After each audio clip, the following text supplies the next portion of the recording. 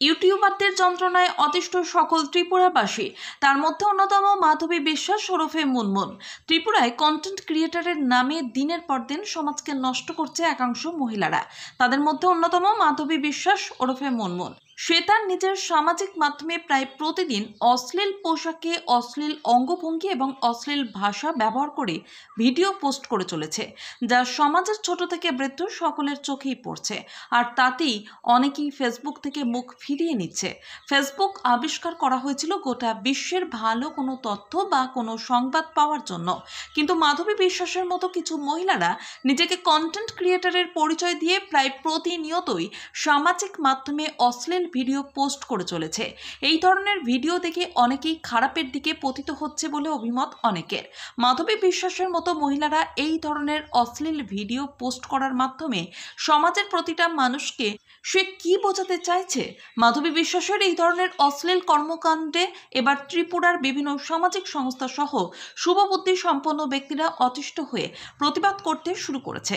ত্রিপুরার একাংশ শুভবুদ্ধি সম্পন্ন ব্যক্তিরা মাধবী বিশ্বাসের এই কর্মকাণ্ডের বিরুদ্ধে ত্রিপুরা পুলিশের মহানির্দেশক, পশ্চিম ত্রিপুরা জেলার জেলাশাসক এবং জাতীয় মহিলা কমিশনে অভিযোগপত্র দায়ের করেছে।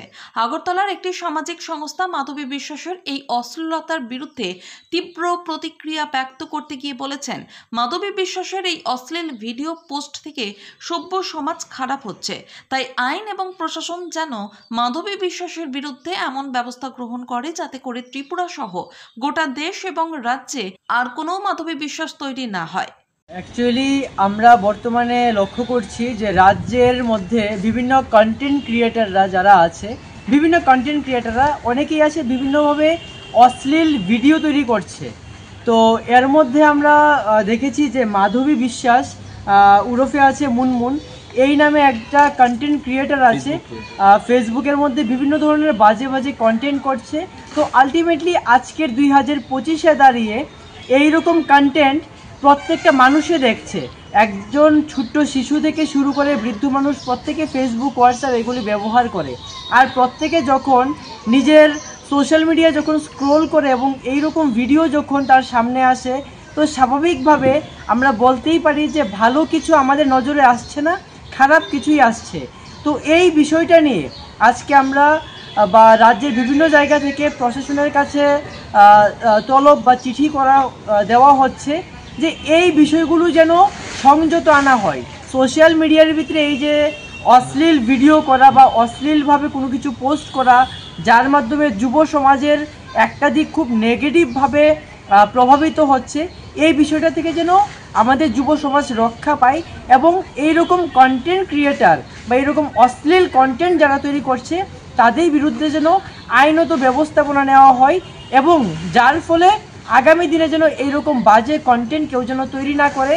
আর এই ফেসবুকটা যেন বর্তমানে আমরা যারা সবাই ইউজ করছি, এটা যেন ভালোভাবে কিছু শেখার জন্য যেন ব্যবহৃত হয়।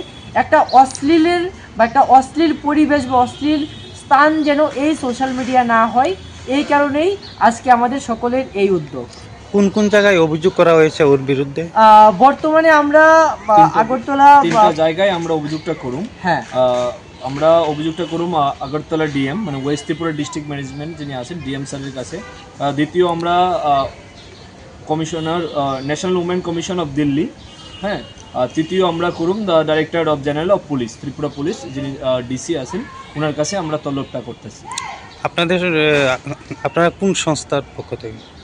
আমরা অ্যাকচুয়ালি আমরা আছি যুব প্রেরণা সামাজিক সংগঠন থেকে, কিন্তু যে আজকের যে কর্মসূচিটা এটা আমাদের রাজ্যের প্রত্যেকটা মানুষের সাক্ষাৎকারে আমরা সেই কপিটা ওদের কাছে জমা দেব। রাজ্যের মহামান্য ডিএম স্যারের কাছে, মহামান্য যিনি রয়েছেন ডিসি স্যার, পুলিশ কমিশনের কাছে আমরা জমা দেব।